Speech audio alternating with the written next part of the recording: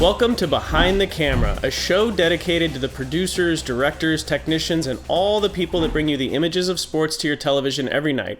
I am your host, Uncle Jesse. On today's show, I welcome in Michael Tatomir. He's a camera operator out of Detroit, Michigan. He has done 17 Super Bowls, World Series, Finals, NHL Stanley Cups. He's done everything. Welcome to the show, Mike. Thanks, Eric. I appreciate it. Thanks for inviting me.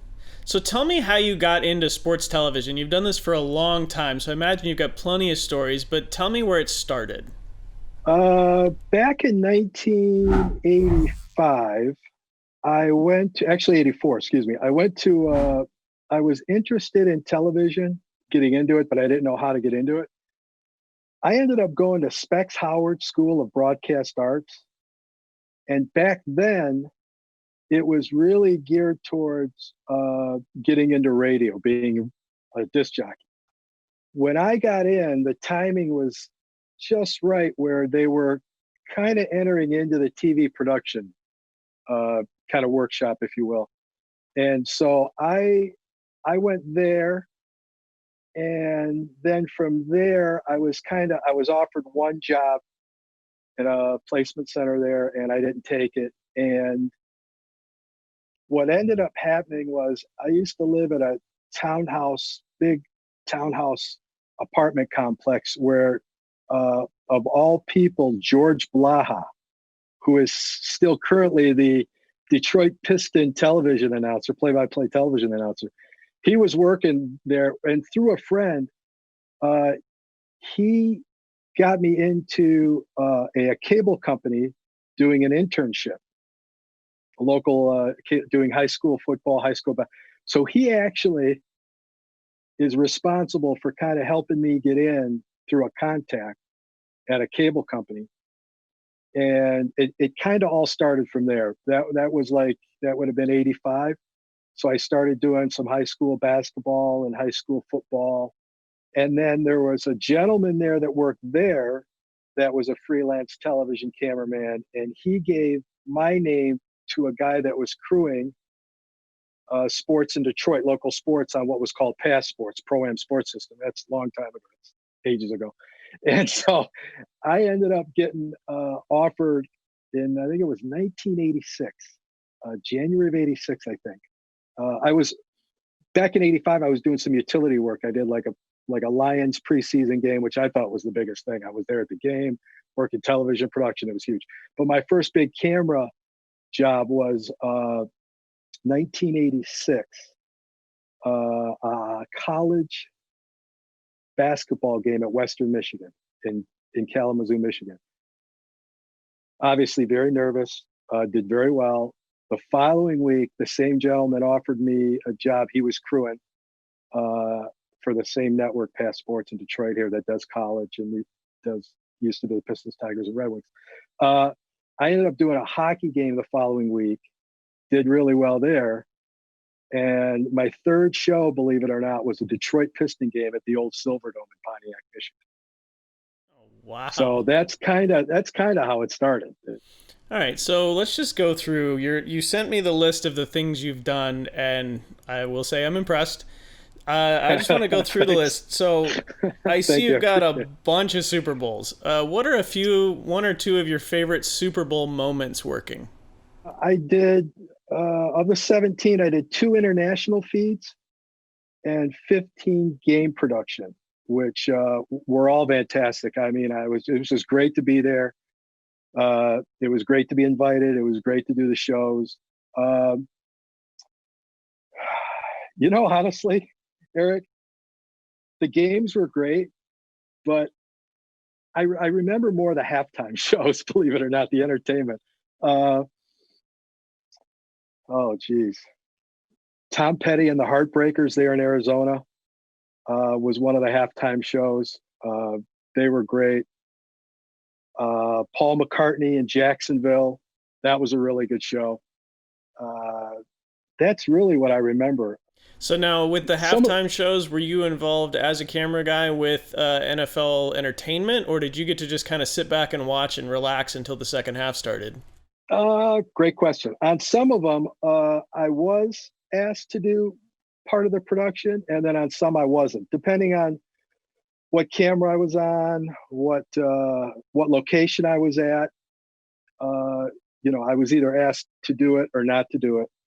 And so, yes, I was involved. I can't really remember specifically which ones I was involved in. I do remember this one, the one in Arizona. I forget what year. Tom Petty. He was actually playing, and I liked Tom Petty. He was good, and I ended up. There was a gentleman that I knew that worked for Canon that was there overseeing all the lenses we were using for the game. I ended up talking to him for most of the halftime, but I was listening to Tom Petty in the background. It's just something I remember about that halftime. I thought it was really odd.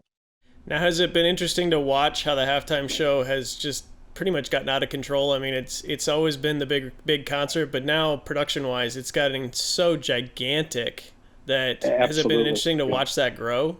Yes, it's just it's been incredible, and I think it's something that the NFL sees as a big deal as far as the entertainment factor and how big it gets, and how many bells and whistles they can add on to that show. It's absolutely incredible. It really, really is. And the acts they've gotten have just been outstanding. I mean, they've been great. Now, you being a camera operator are always in the stadium. What would you say is the loudest NFL stadium you've worked in? Oh, without a doubt, it's Seattle. The Seahawks uh, home field is incredibly, incredibly loud. Uh, I can't really explain it. I mean, you got to be there. It's amazing how loud it gets. Don't get me wrong. There's some other stadiums that are up there, but to me, it's Seattle. Kansas City's close. Oh, what else? I tell you what, I don't know about sound, but I just love the atmosphere of Green Bay. I just think when you think of Green Bay and Lambeau Field, I just love the old school of Lambeau Field. I just think it's fantastic. Let's shift to baseball. You work the home shows in Detroit, so you've done your fair share of Tigers games. What other games have you done, and what are some memorable baseball moments for you? Well, the biggest probably is the one World Series I did for Fox Sports. I did the 2011 World Series, which turned out to be a great, great World Series. Texas Rangers and the St. Louis Cardinals. And I am really, really happy I got to do one. If I had a bucket list, there was a lot of things that I would have on there, and that would be one of them. And I'm really glad that I got to do one of those. Like I said, it was a great series. The guys were great to work with. And I got to work with the legendary Bill Webb on that, and he was tremendous. He was great. I had worked with him before, but doing a big show like that was really the World Series it was awesome. It was great. Oh yeah, and that's totally his element because just so many cameras to be able to tell the story, show the fans, do all the stuff that is, and that was a pretty amazing World Series too with the Cardinals and the Rangers that just couldn't buy an out. I do remember that series. They were a strike away twice from winning the World Series, and they couldn't finish it off. It was the Game 6 was incredible. It really was. Let's move along to golf. Fox got golf in 2015, I believe it was. How did you get Yes. involved with that show, and what holes did you work? Because I had worked with Fox, they hired some of us to supplement with a lot of the golf guys that the director Steve Bime had worked with, and it was really that was fun. I am so glad I got to do 3 years of that. I got to do three U.S. Opens. Chambers Bay was the first one outside Seattle. Very memorable. I was on the eighth green. I was at the highest point of the course and overlooking the whole course, and it was just tremendous. The only golf event that I did that Tiger Woods was involved in, and when he got to my hole, uh, it was like that you could just tell the fans around. It was like them following the Beatles the way they were following Tiger Woods. It was incredible. When you see a living legend walk by your tower after he's done on your hole, it's quite a feeling. The atmosphere was tremendous. That's what I remember about the first one. The second one was Oakmont Country Club, I think, out of outside of Pittsburgh. That was the second one. I was on the seventh hole, I think, green on a tower. A lot of fun. That was a good time. And the third one I did was Erin Hills outside of Milwaukee. That was the third U.S. Open. Great time. The guys on that tour that do a lot of golf were just tremendous. And they took a lot of us guys that had worked for Fox that hadn't done a lot of golf. They took us in under their wing, and they were awesome. The guys on the crew were great. They really were. Yeah, it is a great crew. So now I got to indulge myself. I direct some hockey, and it is one of my favorite sports to do. And you've done a fair amount of hockey with the Wings and all over the place. And as long that's one of your main sports, I see the Sportsnet hat. I've got my RDS shirt that I found sitting in a pile. Sure? So let's start with the Olympics. Which Olympics have you done doing hockey? I did the. Oh, geez, I wish I would have. I looked some of this up before we did this, but I didn't look all of it. I think it was the '98 Olympics in Nagano, Japan. Nagano or Nagano, depending on how you. There were two ways that I always heard it said. I did that, and 2002, I think, in Salt Lake City, Utah. I did both Olympic hockey there. Awesome. They both were great. Going over to Japan was quite an experience. I'm really glad I got to do that. What was the reaction of the fans in Japan to a sport that they really probably don't see a whole lot of? It's more baseball and things like that over there. They loved it. They were very excited to see it. The people were very welcoming to the sport, and to us covering it. I had quite an experience over there. I would walk from where I was staying to the venue, and the people over there were surprised, I guess, a lot when they would see someone like myself being as tall as I am, and there were people that would see me. It was quite different over there, the culture and that, and but the people were great, very welcoming to the sport, and they loved it. Very excited to see it.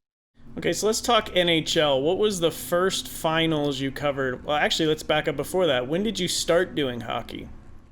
Well, I did the college games, like I said earlier. My second event I think I did was a college hockey game. When I started doing the NHL, I want to say it was the fall. I think it was the fall of '86. I think I started doing the Red Wings. The first game was the Detroit Red Wings and the Winnipeg Jets. I'll never forget it. I will never forget it.